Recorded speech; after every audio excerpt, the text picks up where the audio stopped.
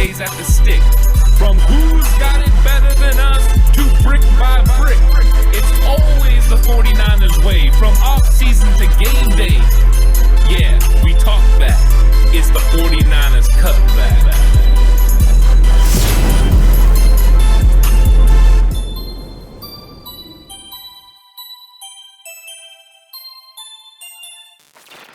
It's 49ers Cutback Podcast time, Alex, and there's lots of information that came out because Kyle Shanahan spoke to the media.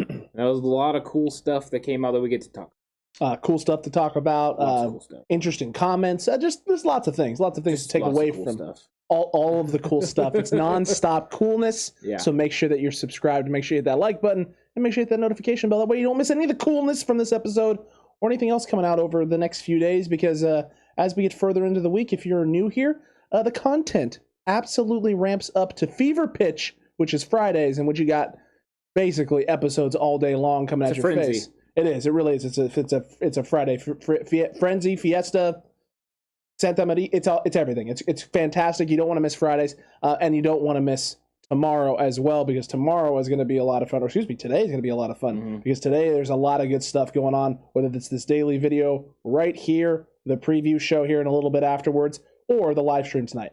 Yeah, exactly. And we already, released the second part of the All 22 film over on Patreon. So go check those things out. If you're interested in film, go look at it. And that was very interesting. We got to get into a little bit of the quarterback play with Trey Lance and how he was looking, and what the offense and defense was doing, and what the Seahawks did to Trey Lance to try to confuse him. So it was entertaining. It was interesting. So if you like that kind of stuff, go check it out. But yeah, you're right, Alex. This is going to be a busy couple days. There's a lot of content coming as we're preparing for Arizona.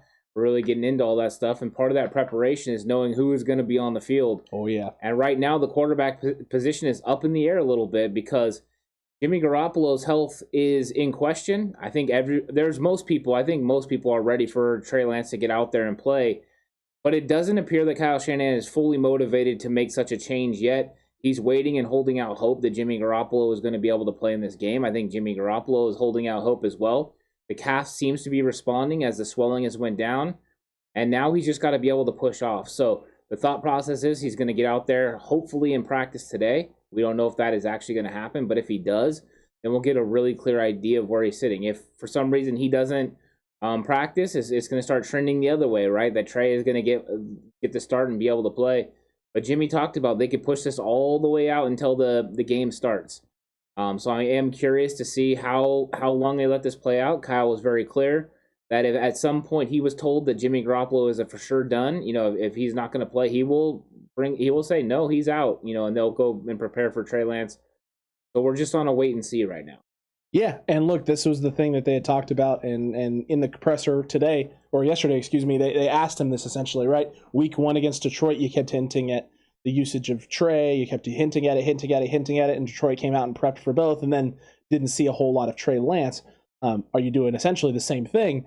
And Kyle's comments are essentially, first off, I'm not going to give you the answer to that question. You're not going to get the answer to that question. Come on, son.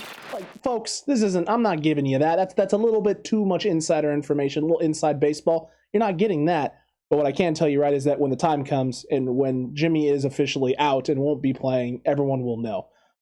Yes, that is going to be dragged out as long as humanly possible. No, Kyle Shanahan is not going to come out and say that per se. And he told the truth without telling the truth, right? The truth is that once he knows for sure that he is not going to be going with Jimmy Garoppolo, he will announce it. Yes. He doesn't have to make that decision, though, right now. He doesn't have to make it tomorrow. He can wait until Saturday if he really wants to. If he really wants to, he could wait till game time to officially announce it. But he has an idea in his mind of which direction this is going and how, what game plan they're putting in and what they're implementing. Yeah. Jimmy is dealing with a contusion. That's what it's been diagnosed as. I know Jimmy's calling it a strain, and then everyone's going, he doesn't know what it is. They're faking it. It's all a conspiracy theory to get Trey on the field. That just would be silly, right? For all the people who dislike Kyle Shanahan, if you really think that Kyle Shanahan is going out of his way to fake a Jimmy Garoppolo injury to get Trey Lance into the game, that's just silly. That's too much. You're doing too much. You definitely need to do less. The reality of the situation is that Jimmy did take a shot. Jimmy was limping visibly in the first series of that drive after he takes a shot from Kerry Hyder to the back of the leg. It looks like a knee to the calf on the film. That's what we had saw when we did the all-22 film breakdown. And it hampered him. It was tightening up. He wasn't able to push off. He wasn't driving through the football. That last pass to Dwelley, he barely pushes off that foot and kind of lets that ball float in space, and Dwelley goes and makes a great play, and Jimmy puts it in a good spot. But yeah, Kyle is, interestingly enough, not ready to pull the trigger and go directly to Trey. Whether that's because he's still seeing some things and still thinks Jimmy gives him the best chance to win football games, which I think I both think that's probably the case. I know a section of the fan base does as well, but there's obviously people who just want to see the young man sling it and want to see him go, and I understand. I get all the tools and all the great athletic traits that this guy adds to the table and what he can do for this offense in terms of creating plays when nothing is there and not a lot's there. But there's one thing, and that is Kyle Shanahan's really good at scheming, and there are guys open a lot. So how much do you really want Trey doing those types of things and holding on to the football for a long time? Because every time he holds on the ball a little bit longer than he should, he's opening himself up for shots.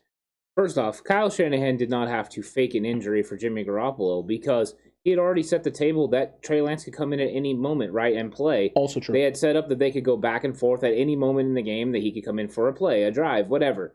So if he wanted just to see how Trey was going to get it going, he would have done that. Now, at some point when the game started to get out of hand and Trey was struggling a little bit, he could have went back to Jimmy Garoppolo if Jimmy wasn't hurt. So there's no reason for all the theatrics and all that to play into it. There's just not. Jimmy Garoppolo was hurt. He's not playing. Do you mean to tell me that 49ers fans really wouldn't have enjoyed this team getting off to a 4-0 start, and they actually like us being 2-2 and love the drama? I think they would have loved the 4-0 start. I think there are people that enjoy the drama. I don't think it's the fans. The fans are the ones that want them to win. They're fanatics about their team. They're faithful about their team. So I have faith that they see, right through this. But you mean like the TCC? Yeah, I mean you bring up some good points, and it is clear from watching the film that as of right now, and I'm going to be absolutely as clear as I can be on this, that as of right now, Jimmy Garoppolo gives his football team the best chance to win. I am also one of those people that would love to see Trey Lance play because I want to see him spin. I want to see his athletic ability on display, and I want to see an offense designed for him by Kyle Shanahan. How that would look, that is the part I'm interested in. But watching the film back and really getting into it very deep, which we did, we watched the all 22 and really broke it down. Trey Lance is missing a lot of open receivers and a lot of things that he could have done in rhythm to get the ball out. And by doing that, he made the offensive line look worse than they actually were. He complicated things for the offensive players and the receivers and made them have to do extra stuff. It's nothing against Trey. He wasn't prepared for this football game. He wasn't prepared to get out there and execute. And because of that, he wasn't. Now, I don't have a clear picture on whether they believe he'll actually be able to do the same things against Arizona, if he'll be able to get out there and create. But we're going to find out real quick. And if Jimmy Garoppolo is not ready to go, it's going to be the Trey show. I'm going to be rooting for Trey every single play. I hope he finds those rhythm throws. And when he has opportunities, I hope he strikes down the field. But Seattle came out. I'm going to give everyone this. Seattle came out and ran cover 3 every single play. So this is what I mean. I was going to say spoiler earlier, Ant, when you said, you head over the all-22, right, and watch and see, what Seattle did to try and disguise or confuse Trey Lance. Absolutely nothing. Nope. They ran base cover 3 the whole time. There were no disguises. Except for when they went prevent. Other than the prevent, which is even easier to understand what's going on because it's very obvious what you're doing. There was no disguise attempts by Seattle. They didn't try and confuse Trey Lance in any way, shape, or form. They sat back and said, beat us underneath. Brought 8 guys in the box, said try to run, which the 49ers still were able to run, because that's one element that Trey does add, is he can freeze guys.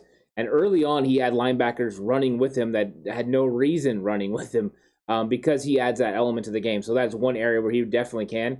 But yeah, they showed this man no respect. They showed Trey no respect. I mean, Trey's not going to sit on this. He's going to get going because he doesn't want that to happen again. And I have a lot of faith in him. But yeah, it was not a very great performance from him.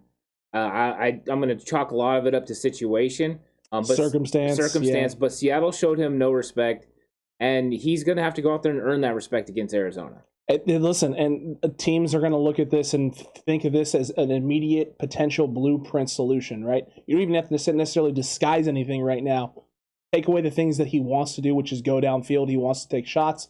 Make him hold on to the ball longer, murk up his first couple of reads. And if you can do those things, you potentially have a recipe to get after him, get in there and create some havoc, or at least, disrupt the flow of the offense and really get the timing off. Because the timing was off between quarterback and receiver. There were times where he was looking to the wrong side of the field, not reading the right things. You got zone coverage, you got zone breakers on both sides, but you got a numbers advantage to the top of the screen and not number advantage to the bottom of the screen. And he's going into the non-advantage situation where he's got 2 receivers on 4 defenders in space, and it's like, buddy, you gotta be able to diagnose that pre-snap to an extent, or at least know where your number advantage is, and try and look there first before you come off. He's gonna. I don't think that this kid can't figure it out, because I've seen what he did in college. The idea and the talk around this kid was he's a smart kid. So I think the more exposure he gets, obviously, being able to watch this back on film is going to help him a lot as well.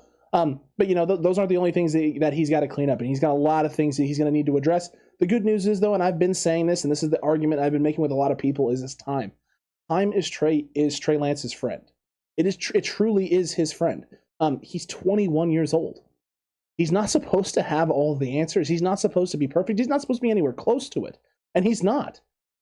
The more time he has, the better off it's going to be for him. And the more time he has to sit back and fully take everything in, soak it all in, watch the film, understand the game plan, understand, the things that he needs to fix and what he's supposed to be seeing and how to see it and how to react and respond accordingly, the better off he's going to be. Sometimes getting out there and throwing him into the fire is the worst thing that you can do for a kid, because it's one thing to watch something, right, and understand it. It's another thing to be able to take those things, react accordingly, diagnose correctly, and predict. Be able to predict yourself. You're putting yourself out there and taking a chance.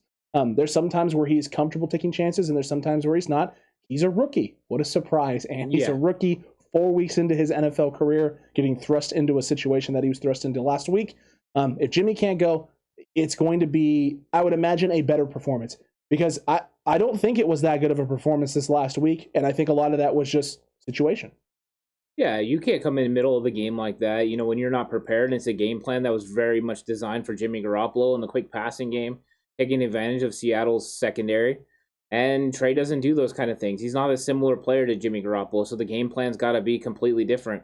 So this week, they've got to have a multitude of things ready to go, because right now Jimmy Garoppolo is on the waiting game, and that's part of the struggle, is trying to figure out who's going to actually play and who's not, and then making sure they're implemented in the game plan if you can use them, and if not, that you don't have to scrap entire parts of the game plan. Unfortunately, with Jimmy Garoppolo and Trey Lance, you are going to have to scrap entire parts. So if Jimmy's not playing, the Trey Lance offense will look different. I'm going to call it the Trey Lance offense, because he's not able to operate Kyle Shanahan's offense in full like Jimmy Garoppolo can. It's going to be watered down. It's going to be simplified. 100%. Yeah. It's going to be in a box. You saw it already when he went into the game. It was a lot more shotgun. It was a lot more pistol. It was bringing Kyle Juszczyk and George Kittle into the backfield and doing different things that way, and running a lot more read option and zone looks. It appears a little bit of RPO, but it wasn't executed very well. No. So those type of things can be there, and they can stress the defense, and he can still put pressure on this team. And I'm not saying that they can't win with him, because I think they can, but it's just going to be different. It's going to look different. It's going to feel different, and that's okay. If he's out there, I mean, we're 100% behind this guy. Go get it done, Trey. Develop, grow before our eyes, and blossom into something great, because we need to win the football game against Arizona. We need this one. We need this one bad. So if Jimmy can't go, that's going to be an important aspect with it. And I think one of the other things, too, that we have to really realize right now, if Trey Lance is the quarterback, and they talked about this a little bit in the presser, and they asked Shanahan about this, is backyard football, right? This idea that, plays are going to break down because maybe he won't see the things he needs to see and needs to scramble, and guys being able to and needing to, on the fly, do different things and react accordingly. I imagine that Kyle Shanahan, when he hears that question and has to answer it the way that he answers it, is cringing a little bit inside, because when you're an offensive guy like Kyle Shanahan is, and you're a schemer, and you're a guy who's got a playbook and a system, and you want certain things to go and flow the way you want them. I designed it this way. If all the pieces, if it's the right down, the right situation, right personnel grouping against the right front and the right defensive attack, then this is going to work the way I want it to and execute. As long as we execute it right, this is big opportunities, big plays, big this. And then if it doesn't happen and you have to resort to the scrambling and the extending the play and guys being athletes in space, it's just that's got to be nerve-wracking as a schemer. I think you understand, though, where your quarterback's at, right? Correct. If this was Jimmy Garoppolo and he was trying to create, you know what I mean, because he wasn't seeing the reads, It would be a different feel if it was an experienced quarterback, is what I'm saying. Absolutely. Since you have a rookie quarterback, you kind of know that you're going to deal with some of this. It's like, all right, it's like Bill Walsh used to say about Steve Young, the frustrating player, because he misses his reads, and then all of a sudden he does something great and runs for a long touchdown and wins a football game. That is what you're going to be expecting from Trey Lance. You just hear that quote of Bill Walsh saying he's a frustrating player, because that's what it's going to be. For an offensive coordinator, it's going to be frustrating. For everyone else, it could be magic, because when he gets out there and creates, there are going to be moments you're like, oh my gosh, this guy is that dude. Like, I'm very excited. And there's going to be moments you're like, huh? What? What in the world? And we have to live through those. If Trey's out there, that's just how it is. The guy is literally learning on the spot. So, yeah, that's what he's kind of saying, is that sometimes it's breaking down. And these receivers, they know they're going to have to get move around and adjust. We'll see if these guys can get on the same rhythm and path. And if they do, maybe he can find some open receivers after these plays break down. It's going to be important, man. It's definitely going to be important, and it's definitely something I would imagine they'll spend a little bit of time in practice working on scramble drills and things of that nature. They say they do, yeah. Yeah, and I imagine it won't be an emphasis per se, but these guys are going to have to get on the same page to an extent. Maybe it should be. Might need to be, man, because he holds onto that ball sometimes a little bit longer than you'd like. Oh, and he's gonna roll out. He's gonna move. He's gonna run. Well, his internal and that internal timer is not there yet for him, right? So there's going to be times where he feels like he needs to get it out, and he's not going to be feeling the pocket out, and is going to immediately go into situations where he's like, "Man, I need to go. I don't have anything, right? I feel like I've looked everywhere, and there's nothing there." And the reality situation is because the bullets are flying, he's probably only looked to a few spots, but he's not comfortable enough. Well, yet. He's going to be a half field reader. That too. I mean, he's going to go 1-2. That too. So it's going to be 1-2, and then your thought process is move, get outside the pocket, find somebody. If not, run. Yep. I think that is what everyone needs to expect. He's not going to progress 1, 2, 3, 4. That's just not in the cards for Trey Lance right now, and it's nothing against him. They do this with a lot of young quarterbacks. They're not ready until they completely get through it. I'll bet you in 2017 when Jimmy Garoppolo came, he wasn't going through all those reads. He had to read half the field. 1-2, throw it away. Yeah, 1-2, get rid of it. 1-2, get out of the pocket, Jimmy, and see what you can do. Absolutely. Look, we had some DNPs though. We got to get to these player updates, because player updates give you a better idea of where guys are at. We've already talked about Jimmy. We've gone through Jimmy Watch 2021, but Samson Ebukam was dealing with a little bit of a hamstring issue. DNP, Jimmy Garoppolo obviously with the calf, George with the calf. Alex Mack, not injury related, just a rest day, which is good to hear. K1 dealing with the calf. Trent Williams dealing obviously with that shoulder kind of elbow area. Limited practices today. Javon Kinlaw, Josh Norman, and Elijah Mitchell. No blue contact jersey from what I'm hearing and understanding. Or he didn't have that on, so that means some contact and doing other things like that in space. So trending in the right direction there for Elijah Mitchell. Trending in the right direction for Josh Norman as well, which is great. And Kinlaw on the same path that he's been on all season long. The big questions now, obviously, are just Trent Williams, Jimmy Garoppolo. And some people are going to say George Kittle. I've even heard people say Kittle's just, there's no reason to even play him this week. This is just a loss. Just sit him. And it's like, George Kittle is freaking playing. The only reason George Kittle's not playing is if a doctor comes in and is like, hey, by the way, Kyle, did a little more work on George's calf. Looks like his Achilles is about to fall off. Probably shouldn't play him this week. And Kyle will be like, George, you're not playing. And George will be like, just put some tape on it. It'll be fine, coach. If George Kittle can play, George Kittle's going to play. Especially because they all know a bye week's coming up. They know they got time off. They know they got some time they're going to be able to recoup. So why not go out there and give it everything you got? The 49ers are going to give their best effort. All these players understand what it means to beat Arizona.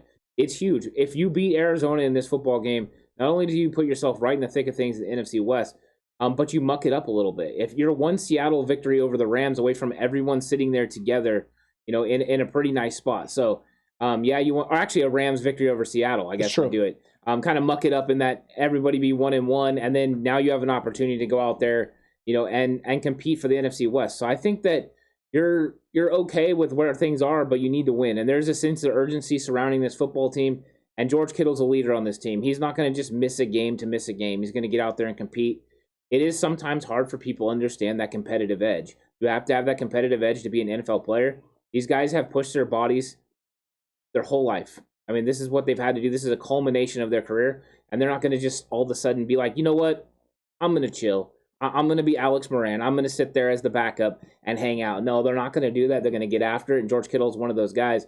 I mean, as the injuries go, none of them really are scaring me too much. I think Jimmy's the most up in the air of the guys that are DNPs, because Ebicom's dealt with this a little bit, and they were talking about hamstring tightness. Tightness is not something that scares me a whole lot. We'll see if he ends up getting back out there later in the week. Tightness is manageable because you can limit the things you're doing, focus on stretching, massage, cold therapy, heat therapy, things like that, and loosen that bad boy up in a hurry, and within a day you'd be feeling better. Hamstring soreness, that's different because there is no necessarily cure or timetable for the soreness because if you're not sure necessarily what's causing it, it could be a number of things. Could be a pull, could be a strain, it could be nothing. It could be just tightness or, overuse that's causing the soreness. All of those things are possible. A tightness is manageable. It's not to the level of soreness, which means you haven't done necessarily anything terrible yet. You're just, it needs a break. It needs some rest time. It needs some downtime, which is why he's getting it. And speaking of downtime, man, the Cardinals, it seems like their whole roster had some downtime this week. Maybe the Cardinals are not taking this game seriously. I'm joking. They are definitely taking this thing seriously. But they had a lot of DNPs in practice today. James Conner, Chase Edmonds, Antonio Hamilton, DeAndre Hopkins, Rodney Hudson, Chandler Jones, Byron Murphy, Corey Peters, Justin Pugh, Max Williams, all of those guys with the exception of Chase Edmonds and Antonio Hamilton. Hamilton dealing with an ankle, Edmonds dealing with a shoulder. The rest of them, were just DNPs for injury rest. I guess Max Williams technically has a little bit of a shoulder, but he's fine. He's not going to miss this game. Byron Murphy dealing with some rib stuff. He's not missing this game. Limited participants in practice. Beachum, Benjamin, Green, and Justin Murray. I was going to say Murray, and I was like, man, he's going to be like, wait a minute. Kyler Murray. No, not Kyler. Justin Murray. He's dealing with the back. They had a lot of guys missing some time. They're really trying to get themselves healthy. It's almost as if they had themselves quite a battle on Sunday against the Rams. I know that they took it to the Rams, but the Rams aren't going to be an easy task for every team in the NFC West all year. No, you never come out of a tough, battle like that within division unscathed. Somebody's going to have a nicks, bruises.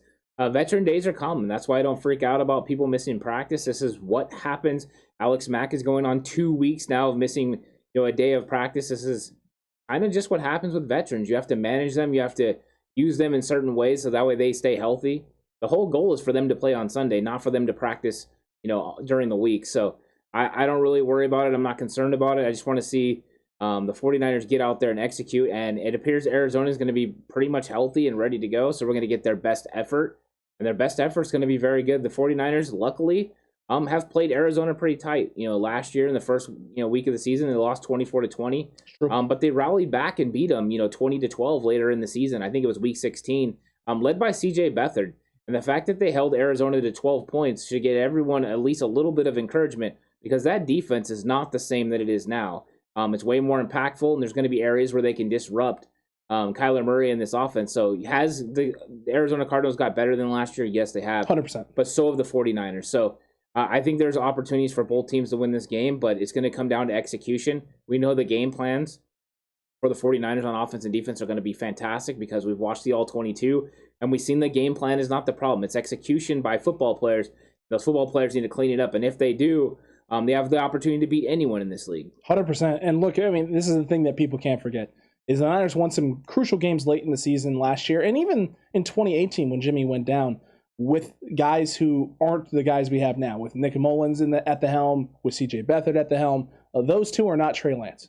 Yeah. They are not. Trey Lance has better strengths than they do, and he does have some weaknesses, but his strengths are significantly outweigh anything that either of those two guys brought to the table in terms of executing or doing things on the field. So yes, offensively there will be some things that take a step back, but there will be other aspects in other areas that take a step forward, and that includes the run game, especially given the fact that you're getting Elijah Mitchell back. You and I, after watching the tape, Trey Sermon ran really, really well, but I can tell you what, cutback crew, faithful. Oh my Lord, get us some speed in that backfield, and some of those big runs turn into potential touchdowns or at least 20, 30-yard gains if you got a quick enough back there. Elijah Mitchell is that guy. If that speed can have the impact we think it can have with some of the run scheme and execution that we've seen from the O-line, from George Kittle, from Kyle frickin' Juszczyk, and the receiver stop blocking in space, because they've been doing a great job, but they've been asked to hold those blocks for 3.5, 4 seconds. That's a long time for a wide receiver to stop block in space second level when he's hoping the running back can just get through that hole, find that gap, shoot right through it. And he only has to do that job for 2.5, maybe 3 seconds at most, at max. Elijah Mitchell could add something to this team that's been desperately missing the last few weeks, man, and that's those home run plays. Yeah, I think that first thing we noticed was that, man, we're missing Raheem Mostert. Because Mostert would have taken place to the house, it would have been impressive. There were those opportunities. Kyle Shanahan still scheming it up the same way. Him and Mike McDaniel came up with a great game plan. The run plays, the way they were using motion to influence Seattle's linebackers and safeties. They were really doing a good job. And then just when Seattle adjusted, they adjusted with them and created a nice cutback run for Trey Sermon. There were opportunities for big plays. Trey Sermon created out of those plays, just not to the level that somebody like Elijah Mitchell or Raheem Mostert can, the way we've seen Matt Breida do it in the past. Kyle Shanahan's system is a little bit different with a speed running back, with a guy that can take it to the house. So we are missing that element in the offense right now, and we need it back. That's why before the game we talked about, man, it would be nice to have JaMychal Hasty this week. Because Hasty's explosion would have got them extra yardage as well. Nothing against Trey Sermon. He did everything he was supposed to do in this game. He ran with great vision, executed on his run plays. It's just he's not as fast as the other guys, and that's just the way it is. There's nothing against him. It's just a fact. Well, the NFL's faster than college, right? So those plays right now in college that he was able to turn into big 20, 30, 40-yard runs or touchdown runs, those windows get closed up in a big hurry here at the NFL because these guys are faster. Your linebackers who you're playing against faster. Safeties more aggressive, understand what their responsibilities They're are. all fast. Better tacklers as well. So, I mean, everything's different. And so it's just another level. It's another gear. That's not Trey Sermon's strength. We've kind of known that about Trey Sermon. But you know what he does add, Ant? He adds consistency. He's a guy right now that you can get in the ball and he'll get 7-8 yards of carry when the scheme's good and everyone's dialed up and executing, which is great. 7-8 yards of carry. It's not like 7 or 8 yards of carry is a bad thing. 7 or 8 yards carry is a great thing. It's wonderful when you're getting that many yards. But it would be even nicer, Ant, if those 7 or 8 yards of carry were turning into 20, 30, 40, 50, 60-yard touchdown runs on occasion, or at least, runs that flip the field and now put the defense in a bad situation, literally pushes them up against the ropes. And now your back's against the wall after one miscue defensively. Yeah, and I think the main thing is we need the linebackers and safeties to respect the running back. Seattle respected Trey Sermon in this game. Seattle came up on play fakes. Linebackers, safeties all jumped up, and it allowed play action to be able to be successful. When that happens, Jimmy Garoppolo and Trey Lance are going to have bigger windows to be able to complete the ball over the middle. And in these routes, the routes that go across that they want to complete on a consistent basis in Kyle Shanahan's offense. So the running game really needs to be respected, and it should be after the Seattle game. They did good enough to get it done. All you're missing is a little bit of the whole shot capabilities, which means the 49ers need to get on the horn in the future draft picks, free agency, and locate more fast running backs, because it appears that is something that they ultimately need in this offense. So Raheem Mostert, I was thinking maybe he's not coming back, but they should probably lock this guy up because his dynamic running ability as far as speed-wise does change this offense to another level and takes it to another level. So, it's something I'm looking forward to seeing if Arizona can stop, seeing if they show as much respect to what the 49ers running backs do and how this offense is executed. If they do, it's going to leave opportunities for these quarterbacks to complete the ball. I'm saying quarterbacks that honestly don't know who's going to play. It's true. But there's opportunities to make plays. 100%. There's definitely opportunities to make plays. Jimmy had his chances in the first half, and he executed on a lot of those chances. And then Trey had opportunities, and he missed on some and hit on some, and Jimmy missed on some and hit on some also. Right. The biggest problem hasn't been scheme, whether that's been offense or defense. D'Amico Ryan's done a really great job of putting this defense in prime position to get stops and have opportunities. And you got sometimes you have a couple different times where you got guys doing different things or missing on opportunities, missing on chances, being a smidge too late to react. Or in the case of Javon Kinlaw, at times, Ant just getting a little winded and doing his own thing. Let's not go there. Let's not go there, though. Look, at the end of the day, the offense and defense have had great scheme design, great play calling for the most part. I know people are upset about that 4th and 2 sweep to Debo. You want something else, and I guess you want to put the ball in the kid's hands and let him make a play running the football. I get that, but Debo Samuel is your most dynamic runner with the football in his hands. We talked about that in the old 22 film, and it's not a bad play call. The design is there. You have a few guys that miss on blocks, and those misses end up being the key misses because you're not able to get up to second level. You have guys trying to secure first level to make sure everything's there, so you get a potential running lane, and a guy from Seattle fills and makes a play. Those are the situations as a coach where you're trusting your 11 guys to go out in space and do their job. 11-on-11 football, we win, we get that first down, we keep the chains moving. Sometimes it works out in your favor. Sometimes it does not. That's one of the risks of going for it on fourth. That's one of the risks going to this 11-on-11 scheme. Yeah, they had it open. I mean, Mike McGlinchey let a guy get across his face, and Kyle Juszczyk has to help out. If that doesn't happen, if Mike McGlinchey secures his block, Kyle Juszczyk is able to get up on the linebacker that ultimately fills and stops Deebo Samuel. And we're all talking about how great a call it was because Deebo Samuel fell forward for 4 yards, and the 49ers moved the sticks and kept the game going. So it's literally a game of inches. We've talked about this before, and it all starts with one guy making a mistake. Kyle Juszczyk doing his best to try to create a possibility for Deebo to take on that linebacker and win. He just wasn't able to do it in this scenario. I have zero problems with the call. I think you do want to put the ball into Deebo Samuel's hands. And look when they went to the touchdown call. You literally put Kyle Juszczyk, George Kittle, it's basically and Mohamed Sanu out there and let Deebo run for a touchdown. It's basically the same situation. The only difference is rather than handing the ball to Deebo under center, you let him motion out 5 more yards. He's outside the tackle box in between his blocking receiver and tight ends, right? You let him catch the ball and operate in space. It's the same play, same concept, just different levels of execution. And you have George Kittle who drug a man basically to the back of the end zone. Brandon Ayuk, who does an incredible job of blocking in space. He's not over there.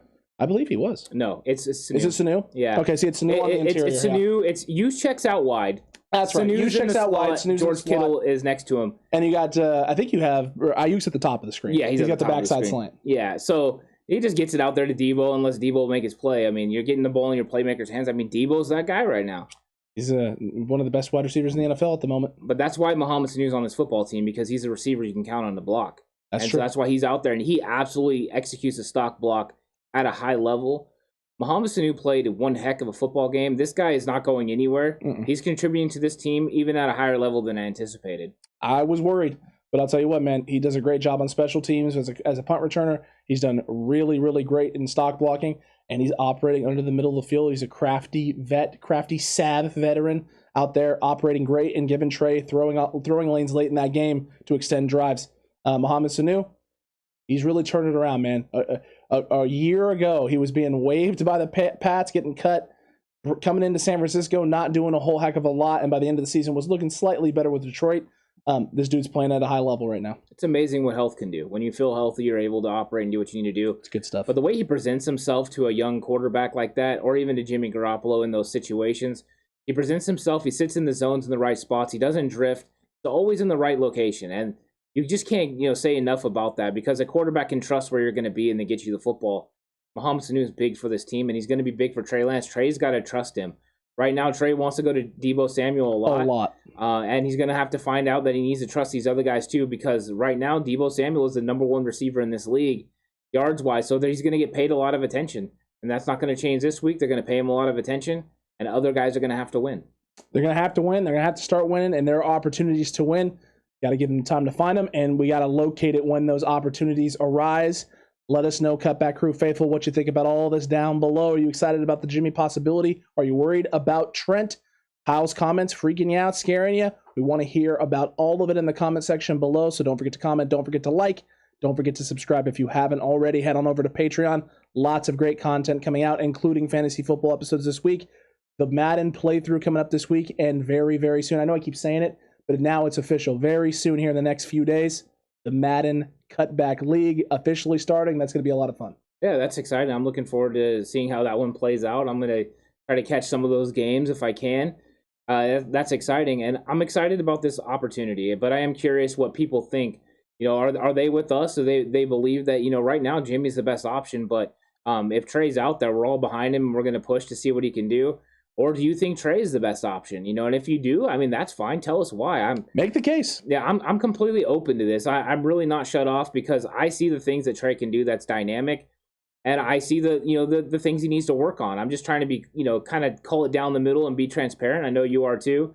Is just look at this and just call for what it is. It's actually funny, and if you watch the All-22 film breakdown, there's moments where you're trying to be nice and I'm being critical, and I'm trying to be nice and you're being critical. Yeah. There's a nice balance here where both of us are seeing the things that we don't like and that we really wish weren't the case right now. We wish he were further along in his development, but also being very well aware of the fact that he's a 21-year-old kid who's coming in to a really tough situation with a very talented football team, and he's got to, He's got to step in and be able to potentially play a bigger role. And unrealistic expectations. Unbelievably unrealistic expectations. Yeah, there are people that are putting things on this kid and expecting him to play, at astronomical levels right now. And I mean, really what he needs to do is just get comfortable, operate the system the best that he can, take the rhythm throws that are there, get the ball out quick.